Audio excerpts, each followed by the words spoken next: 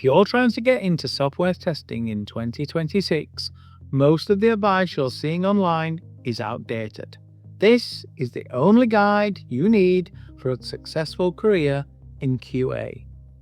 You don't need to learn 10 tools, you don't need multiple certifications, and you definitely don't need to start with automation.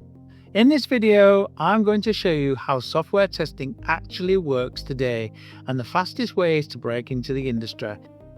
I've had 26 years in this profession and I've learned a hell of a lot, and it's time for me to pass that information on to you. So what is software testing? At its core, software testing is about one thing: reducing risk. Not just finding bugs and not just clicking through a checklist. It's about understanding what could go wrong. How bad would this be if it was released into a live environment? And whether the product is actually good enough to release. That's what good QA teams focus on. So, how does testing actually work in real life? Let's break this down simply. So in a real team, testing usually follows a flow like this. First, you try and understand the requirements, working with the business analysts, senior stakeholders, or someone else from the business. So then, what is the system supposed to do? So once you've learnt this and understand the requirements and what's needed, then you would design your tests.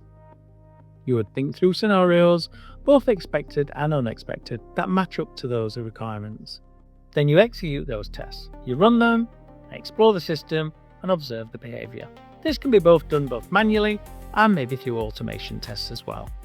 And finally, after this, you report your findings. Not just this is broken, but what it actually means.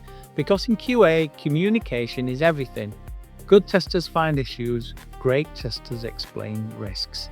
And that's the big issue. When you're raising bugs and issues, you need to be clear on what it is you found, what you expected it to do, and what the actual outcome was.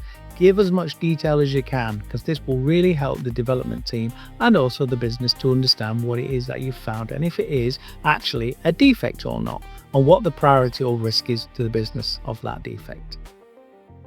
So, we touched on it earlier, manual versus automation, the big myth. Now, let's just address this as one of the biggest misconceptions. Most beginners think they need to learn automation first. That is completely wrong.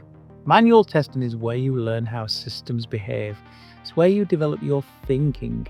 Automation is just a way of scaling checks. You automate once you understand what needs to be tested, not before. If you skip that test, you're just automating guesses. This is where you build up your analysis skills, and that's so important. You need to understand what it is that you need to test, what's critical to test, and what it is that you're testing is actually correct. And from that, you can build it out and then build a good automation platform and a set of scripts. So I'm going to talk about what skills I think you actually do need in 2026 and what makes a good tester. Well, as I've covered, it's not tools, it's how you think. You need curiosity, asking what happens if I do this, what happens if we do that, what happens if I input this, what impact would it have on this area? Having that risk awareness and understanding impact really does help as a tester and makes you very valuable to the team. Communication. You need to be able to explain things clearly, whether that is to a developer, so from a technical perspective, or whether it's to the business and in a language that they would understand. You'll also need some technical awareness, enough to navigate systems. The best testers aren't the ones who know the most tools, they're the ones who understand what actually matters. So the biggest thing that's probably mentioned in the world of software testing at the moment in time and in a lot of industries is AI. And where is that fitting into testing? We've covered that a lot on this channel, and there are various videos that you can dive into and go a little bit deeper into that. But let's just talk about AI now, because this is where things are changing. So AI, if leveraged correctly, can actually help generate test cases. It can analyze outputs and it can even suggest scenarios, but it still can't decide what actually matters. It doesn't own the risk, and that responsibility still sits with the QA professional, the human being behind it all. So the role of the tester isn't disappearing, it's actually evolving. And I recommend to you that you start to understand where AI will play a part within software testing. Not think that it's replacing and that there isn't a career for you, because yes, there is. But you just need to understand how you can use AI in your professional career, not have it replace you. So, how to get into QA, step by step. So, if you're starting from scratch, here's a simple path. First, understand the fundamentals, what we've covered today. Second, practice on real applications. Break things, explore, think. Third, learn how to explain your thinking. This is what gets you hired. And fourth, prepare properly for interviews. Most candidates don't fail because they lack knowledge, they fail because they don't understand what's hiring and what actually managers are looking for. Again, I've created a video of that, which I'll put here, and you can follow that, and it tells you all about what you'll need in an interview stage, some of the questions and some of the best ways to answer them. So what are some of the common mistakes? Here's what I see people get wrong all the time. They jump straight into automation and try to learn about tools, but not really understanding the risk. Yes, can you write a great bit of code? Can you write some automated tests? Of course you can.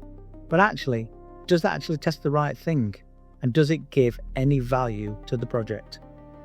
So another thing is giving textbooks answers in interview. QA isn't about memorizing, it's about thinking. So show that interview person that you are willing to go that little bit further. You can go into depth, that you are an analyst, that you can communicate clearly as well. That will really help you in your career. So if you're serious about getting into QA, I've put together 3 free guides. One on how to pass the interviews, one on how the job market is right now, and another one on how testing is evolving with QA. You can download all of them in this description, and they're free, won't cost you a penny. And if you found this useful, subscribe. I post new content every single week.